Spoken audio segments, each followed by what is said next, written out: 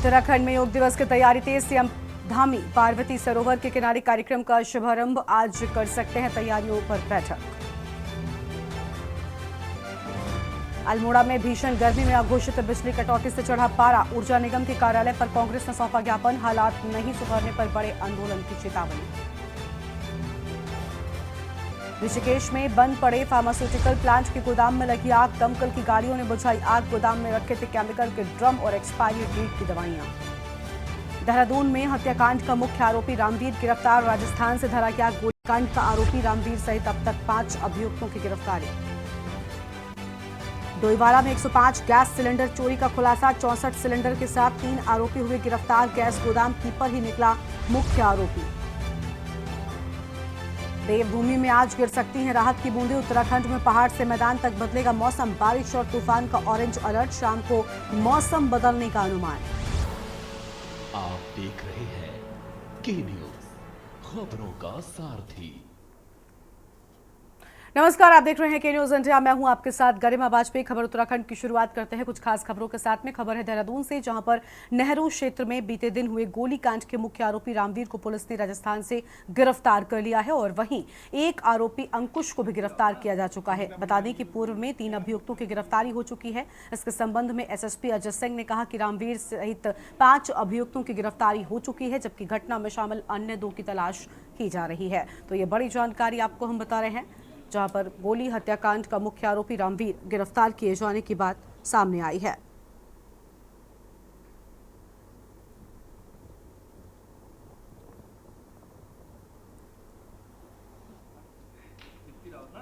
अंकिता भंडारी के भी बोलना क्या मतलब अभी तो रायपुर के मर्डर केस में जो प्राथमिक रूप से जानकारी मिली थी, उसके आधार पर जो मुकदमा दर्ज हुआ था, उसमें 3 लोगों की गिरफ्तारी सेम डे हो गई थी और जिनको अगले दिन न्यायालय में पेश किया गया था। साथ ही साथ इसमें गोली चलाने अन्य जो लोग चिन्हित हुए थे, इसमें रामवीर सर जो मुजफ्फरनगर का रहने वाला है, इस पर काफ़ी सारे मुकदमे हैं। इसकी आज जो है कोटपुतली पड़ता है राजस्थान में, वहाँ से इसकी अरेस्टिंग हमारी टीम द्वारा की गई है। साथ ही साथ इसमें एक अंकुश की गिरफ्तारी भी की गई, जो शांति विहार रायपुर का रहने वाला है, जिसको षड्यंत्र में आज इसकी गिरफ्तारी भी की गई। तो टोटल अब तक देखा जाए तो 5 लोग इसमें अरेस्ट हो गए हैं। इसमें 2 लोग अभी और मेन नाम हमारे प्रकाश में आए, जो घटना के समय मौजूद थे या घटना के समय में षड्यंत्र में शामिल थे या डायरेक्टली कहीं इन्वॉल्व थे। उनके लिए हमारी टीमें लगी हुई हैं और उस पर प्रयास जारी है कि 2 अन्य को भी जल्दी गिरफ्तार कर लिया जाए।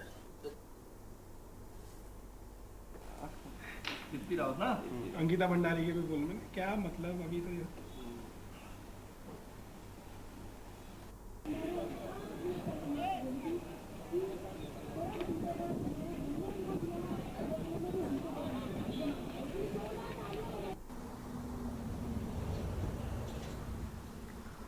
और इसी खबर पर बातचीत के लिए हमारे साथ में हमारे संवाददाता अंकित काला जुड़ चुके हैं। अंकित, घटना में शामिल बाकी आरोपियों की तलाश अभी भी जारी है। हालांकि एक आरोपी जो मुख्य आरोपी है रामवीर, बताया जा रहा है पुलिस ने उसे धर दबोचा है।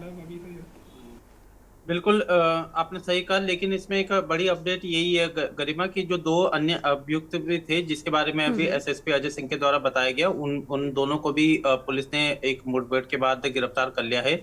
योगेश और मनीष जो आरोपी हैं इस घटना में, उनको वो भी पुलिस के हत्थे चढ़े हैं और पुलिस ने इस पूरे मामले में 7 अभियुक्तों को गिरफ्तार करने में सफलता हासिल करी है। तो 16 तारीख की ये घटना है, जब देर रात्रि जो है एक गोलीकांड हुआ था देहरादून के डोभाल चौक में।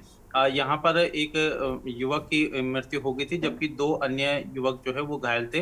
बताया जा रहा है कि पैसों के लेन देन को लेकर के ये गोलीकांड हुआ था। इसमें इस पूरे मामले में 7 अभियुक्तों का नाम सामने आया। सभी 7 को पुलिस ने गिरफ्तार कर लिया है। इसके अलावा मुख्यमंत्री पुष्कर सिंह धामी ने सख्त निर्देश पुलिस प्रशासन को दिए थे, क्योंकि पुलिस प्रशासन की कार्यप्रणाली पर लगातार जो स्थानीय लोग थे वो सवाल खड़े कर रहे थे, लगातार विरोध प्रदर्शन कर रहे थे। तो निश्चित ही मुख्यमंत्री की सख्ताई की बात कहें या फिर दून पुलिस की तत्परता की बात करें, तो सभी अभियुक्तों को गिरफ्तार करने में पुलिस कामयाब हुई है और अब सभी के खिलाफ सख्त एक्शन दिए जाने की कवायद में दून पुलिस जुट गई है। मुख्यमंत्री पुष्कर सिंह धामी ने कहा है कि चाहे कोई भी आरोपी हो, कितना से बड़ा बड़ा अभियुक्त हो, उन सभी के खिलाफ सख्त सख्त कार्रवाई की जाएगी। जो भी कानून को तोड़ेगा, कानून को अपने हाथ में लेगा, उसके खिलाफ सख्त एक्शन लिया जाएगा। और आज इसी कड़ी में देहरादून पुलिस ने इन सभी अभियुक्तों को को गिरफ्तार करने में सफलता हासिल करी और अब सभी के खिलाफ एक चार्जशीट तैयार की जा रही है और सभी के खिलाफ सख्त से सख्त कार्रवाई की मांग स्थानीय जनता भी कर रहे हैं और पूरा उत्तराखंड इस पूरी घटना के बाद से काफी आक्रोशित है और लगातार विरोध प्रदर्शन भी कर रहा है और साथ ही साथ दोषियों के खिलाफ सख्त एक्शन की भी मांग की जा रही है। बिल्कुल, बहुत शुक्रिया आपका अंकित हमारे साथ जुड़ने के लिए और अहम जानकारी के लिए। तो ये बड़ी खबर आपको बता दें, जहां पर 3 अभियुक्तों को पहले गिरफ्तार किया जा चुका है। घटना में शामिल बाकी आरोपियों की जो तलाश थी वो भी पूरी हो चुकी है। कई अन्य लोगों की भी गिरफ्तारी पुलिस की ओर से कर ली गई है। गोलीकांड का मुख्य आरोपी सबसे पहले गिरफ्तार हुआ था। बड़ी जानकारी आपको हम देहरादून से बता रहे थे। घटना में शामिल बाकी आरोपी जो थे उनकी भी तलाश लगातार जारी थी, लेकिन फिलहाल पुलिस ने इन लोगों को भी गिरफ्तार कर लिया है और 3 अभियुक्तों को पहले ही पुलिस ने गिरफ्तार किया था। बड़ी जानकारी।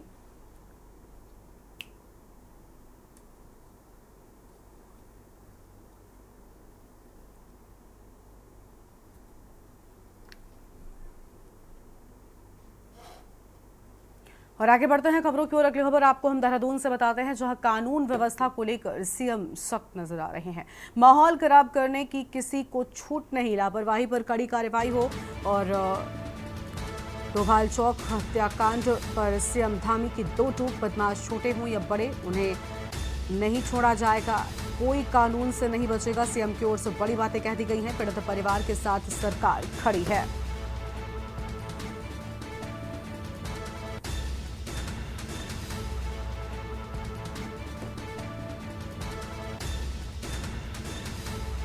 ये बड़ी जानकारी आपको हम बता रहे हैं। बदमाशों के खिलाफ होगी कड़ी से कड़ी कार्रवाई। ये सारी अहम बातें सामने आई हैं और 24 घंटे के अंदर पुलिस ने 5 बदमाशों को पकड़ा है। फिलहाल ये बड़ी खबर, बदमाशों के खिलाफ कड़ी से कड़ी कार्रवाई हो।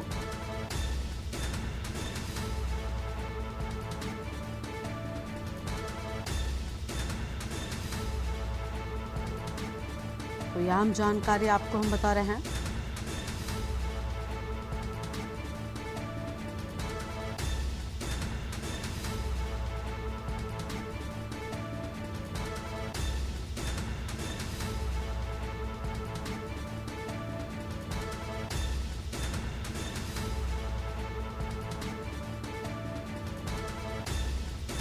लापरवाही पर कड़ी कार्रवाई को तैयार रहें। डोभाल चौक हत्याकांड पर सीएम धामी की 2 टूक, अहम खबर आपको हम बता रहे हैं। बदमाश कोई भी हो बख्शा नहीं जाएगा। बड़ी जानकारी आपको हम बता रहे हैं, जहां पर इस पूरे मामले पर मुख्यमंत्री की ओर से सख्त कदम उठाए जाने की बात भी कही गई थी। आगे बढ़ते हैं खबरों की ओर। बीती देर रात पुलिस और बदमाशों के बीच मुठभेड़ हो गई, जिसमें 2 बदमाशों के पैर में गोली लगने से दोनों बदमाश घायल हो गए। एसएसपी हरिद्वार प्रमेंद्र सिंह ढोभाल ने कहा कि देर रात सूचना मिली थी कि देहरादून में प्रॉपर्टी डीलर रवि बडोला हत्याकांड के आरोपी क्षेत्र में दिखाई दिए हैं। तो वहीं बहादुराबाद एसओ के नेतृत्व में पुलिस टीम ने चेकिंग अभियान शुरू किया। बहादुराबाद और देहरादून पुलिस ने घेराबंदी करते हुए बाइक सवार बदमाशों को पकड़ने का प्रयास किया। इस दौरान बदमाशों के द्वारा पुलिस टीम पर फायर कर दिया गया, जिसमें पुलिस की जवाबी फायरिंग में बदमाश घायल हो गए। पुलिस की गोली दोनों बदमाशों के पैर में लगी है। तो वहीं पुलिस द्वारा घायलों को सिविल हॉस्पिटल रुड़की लाया गया। जानकारी के बाद एसएसपी हरिद्वार प्रमेंद्र सिंह ढोभाल और अन्य अधिकारी अस्पताल पहुंचे और बदमाशों की जानकारी ली है।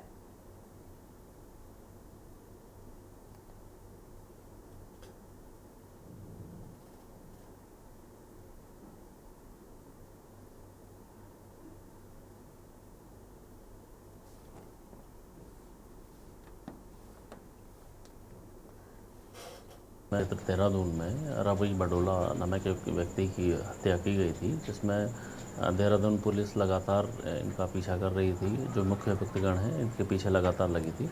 इसी बीच आज एक सूचना हरिद्वार में प्राप्त हुई थी, जिसमें जो मुख्य अभियुक्त हैं इसमें योगेश और मनीष, उनकी सूचना थी कि वो हरिद्वार की ओर आना उनका बताया गया था। इस सूचना पर हरिद्वार पुलिस ने सभी जगह पर जो मेन पॉइंट्स थे उस पर चेकिंग कर रही थी। बहादुराबाद क्षेत्र में एसओ बहादुराबाद खुद उसमें चेकिंग कर रहे थे और जब ये संदिग्ध मोटरसाइकिल का आना वहाँ पर ज्ञात हुआ, इनके द्वारा रोकने का प्रयास किया गया। तो इनके द्वारा जो योगेश देव सिटी है इसके पास में संतरसा क्षेत्र में, वहाँ पर इनको पुलिस के ऊपर फायर करके ये लोग वहाँ से फरार होने की कोशिश कर रहे थे। इस बीच पुलिस ने जवाबी कार्रवाई करते हुए 2 अभियुक्त हैं, इनके पैरों में गोली लगी है।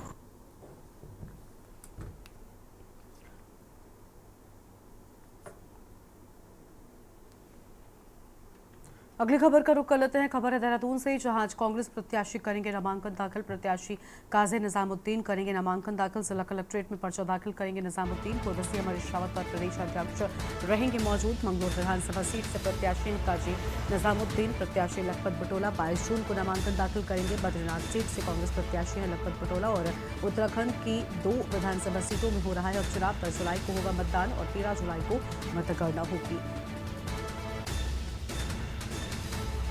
आज नामांकन दाखिल करेंगे। बड़ी जानकारी आपको हम बता दें।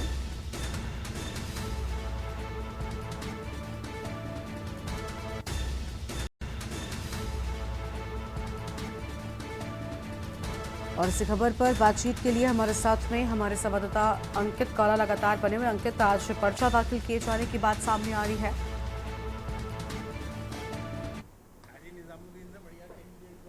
भाजपा कांग्रेस समेत तमाम राजनीतिक दलों ने अपनी पूरी तैयारी कर ली है।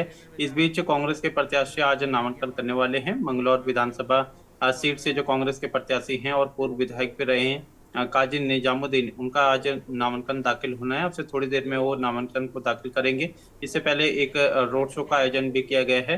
कांग्रेस पार्टी के प्रदेश अध्यक्ष करण मारा, इसके अलावा उत्तराखंड के पूर्व मुख्यमंत्री और कांग्रेस के वरिष्ठ नेता हरीश रावत समेत तमाम जो दिग्गज नेता हैं वो इस नामांकन के कार्यक्रम में उपस्थित रहेंगे।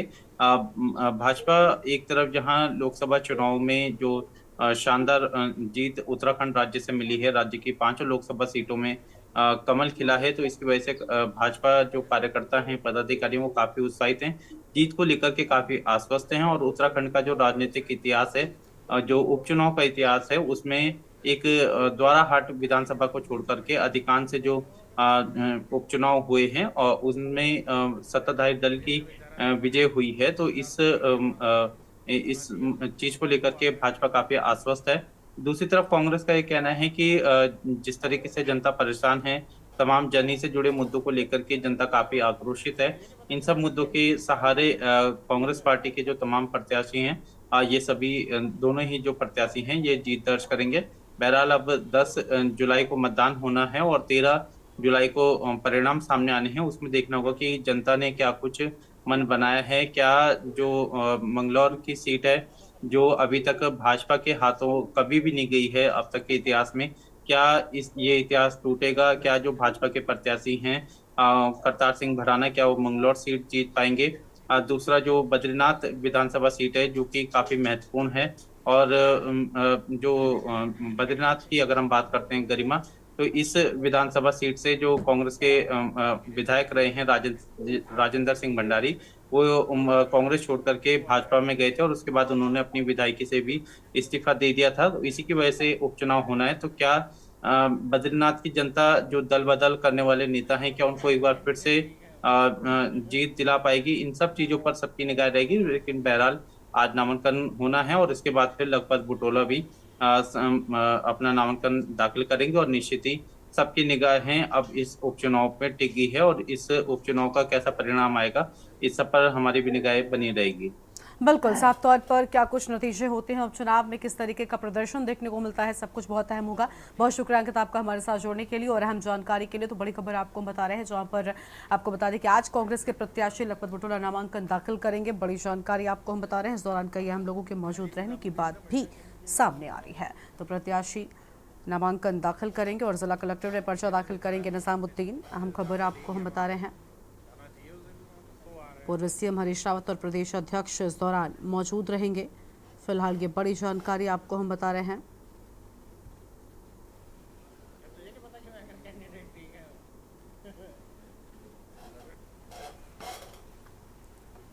लोकसभा चुनाव के बाद अब उत्तराखंड में उपचुनाव को लेकर सियासी पारा चढ़ने लगा है। बद्रीनाथ और मंगलौर विधानसभा सीट पर भाजपा प्रत्याशियों की घोषणा के बाद कांग्रेस ने भी अपने उम्मीदवारों के नामों का ऐलान कर दिया है। बता दें कि बद्रीनाथ सीट पर भाजपा के प्रत्याशी राजेंद्र भंडारी से कांग्रेस प्रत्याशी लखपत बटोला की कड़ी टक्कर होगी। तो वहीं मंगलौर सीट पर काजी निजामुद्दीन का भाजपा प्रत्याशी करतार सिंह से सीधा मुकाबला होगा। वहीं कांग्रेस प्रवक्ता गरिमा मेहरा सोनी ने कहा कि देश की सबसे बड़ी पार्टी बीजेपी के पास इन दोनों ही सीटों पर अपने कोई प्रत्याशी नहीं है। मंगलौर सीट पर भाजपा ने ऐसे प्रत्याशी को उतारा है जो पहले कांग्रेस बसपा के सीट पर पंजाब और उत्तर प्रदेश में चुनाव लड़ चुका है। वहीं बद्रीनाथ सीट पर भी उन्होंने कांग्रेस नेता रहे राजेंद्र भंडारी को टिकट दिया है। भाजपा के पास अपना कोई भी जिताऊ कैंडिडेट नहीं है।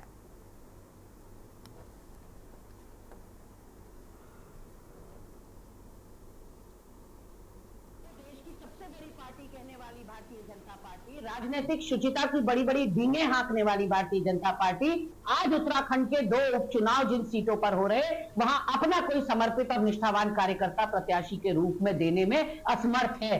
एक तरफ मंगलौर में उन्होंने एक ऐसे व्यक्ति को टिकट दिया है जो कांग्रेस के टिकट पर हरियाणा से लड़ा हुआ है, जो आरएलडी के टिकट पर उत्तर प्रदेश से लड़ा हुआ है, जो बसपा के टिकट पर चुनाव लड़ा हुआ है और अब भारतीय जनता पार्टी की गोद में आकर बैठ गया है। यानी कि पूरी तरह से बाहरी व्यक्ति है, पैराशूट कैंडिडेट है और आयातित व्यक्ति है। वहीं आप बद्रीनाथ विधानसभा में देखिए कि 2 महीने जिस व्यक्ति को कांग्रेस छोड़कर भाजपा में गए हुए हैं, उस पर इतना विश्वास।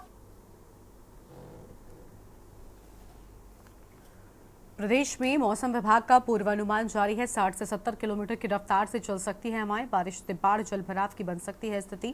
40 के नीचे आएगा पारा, लोगों को मिल सकती है राहत। बड़ी जानकारी आपको हम बता रहे हैं तो यह हम खबर जहां पर 60 से 70 किलोमीटर की रफ्तार से हवाएं चल सकती हैं और बारिश से बाढ़ जल भराव की स्थिति बन सकती है। बड़ी जानकारी आपको हम बता दें और 40 के नीचे आएगा पारा, लोगों को राहत मिल सकती है।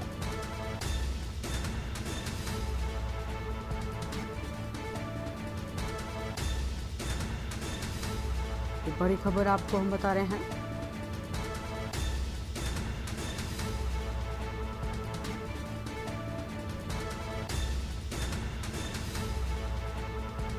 चालीस के नीचे आएगा पारा, लोगों को मिल सकती है राहत। बड़ी खबर आपको हम बता दें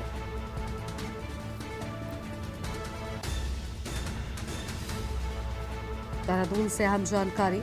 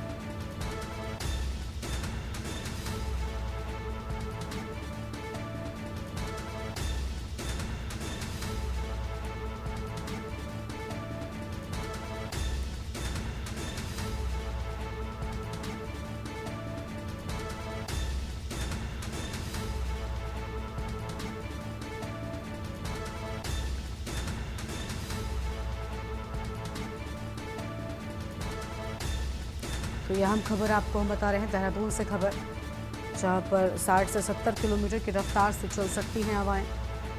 अहम जानकारी आपको हम बता रहे हैं।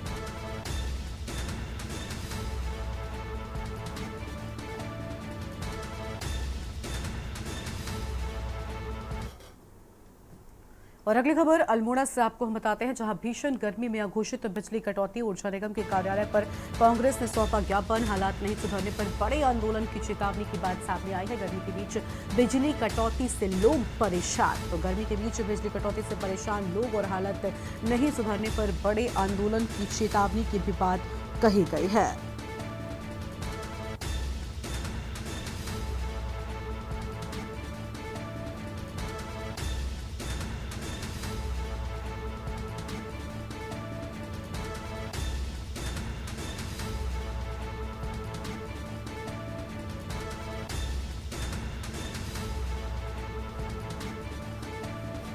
अहम खबर आपको हम बता रहे हैं।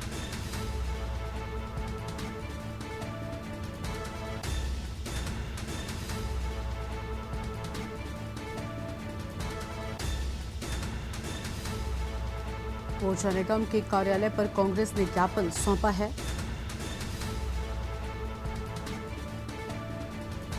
फिलहाल ये बड़ी जानकारी आपको हम बता रहे हैं।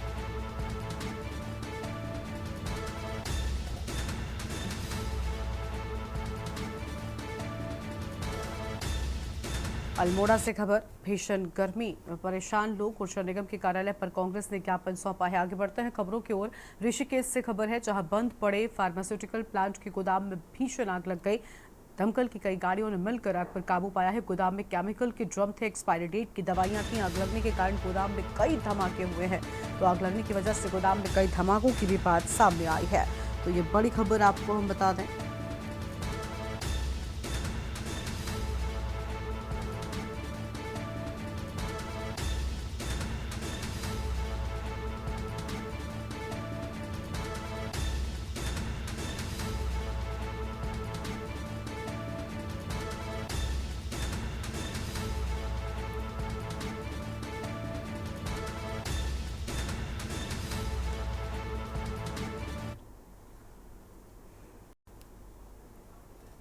और अब सीधा आपको हम तस्वीर दिल्ली से दिखाते हैं, जहां पर कई कांग्रेस नेताओं की भारतीय जनता पार्टी में ज्वाइनिंग कार्यक्रम की शुरुआत हो चुकी है। तस्वीर आपको हम दिखा रहे हैं, जहां पर कई कांग्रेस के नेता आज भारतीय जनता पार्टी का दामन थामने जा रहे हैं। और इस दौरान की ये तस्वीर आपकी टीवी स्क्रीन पर, जहां किरण श्रुति चौधरी आज भारतीय जनता पार्टी का दामन थामेंगी। और ये तस्वीर आपको हम दिखा रहे हैं।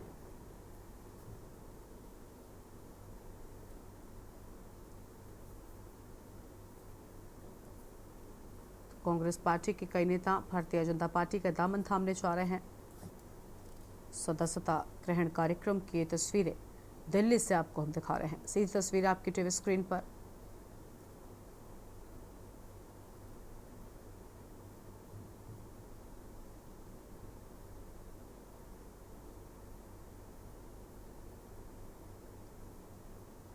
कांग्रेस नेताओं ने भारतीय जनता पार्टी ज्वाइन की है।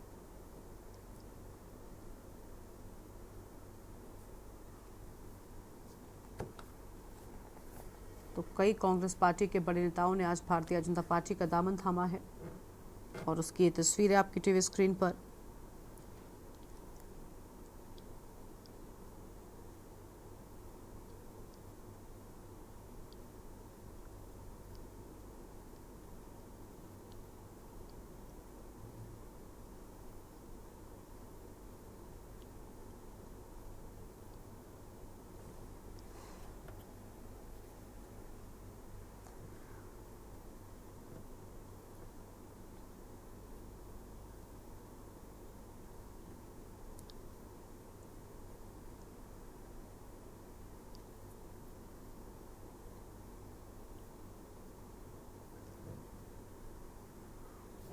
तो कांग्रेस नेताओं ने भारतीय जनता पार्टी का दामन थामा है।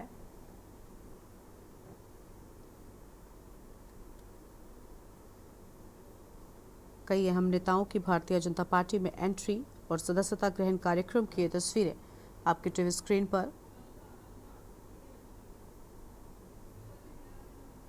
तो ये तस्वीर आपको हम दिखा रहे थे, जहां कांग्रेस नेताओं ने भारतीय जनता पार्टी का दामन थामा है।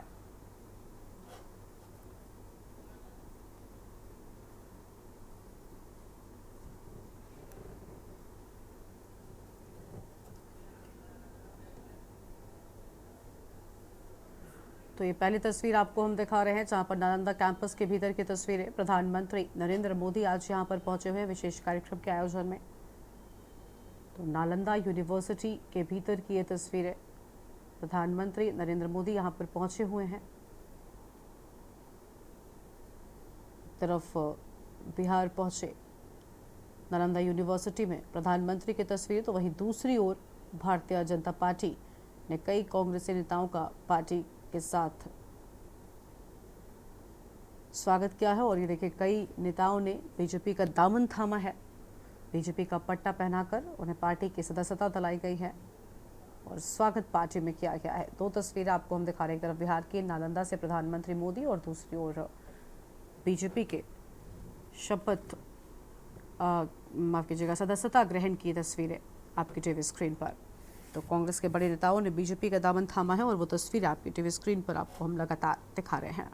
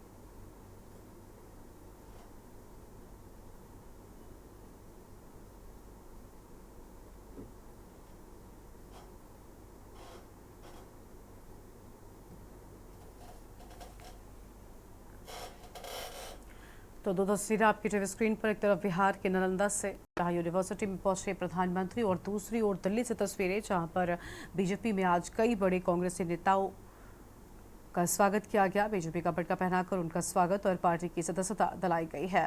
नालंदा विश्वविद्यालय की एक तरफ नवनिर्मित कैंपस का उद्घाटन किया है प्रधानमंत्री ने और उसकी तस्वीरें आपकी टीवी स्क्रीन पर आपको हम दिखा रहे थे।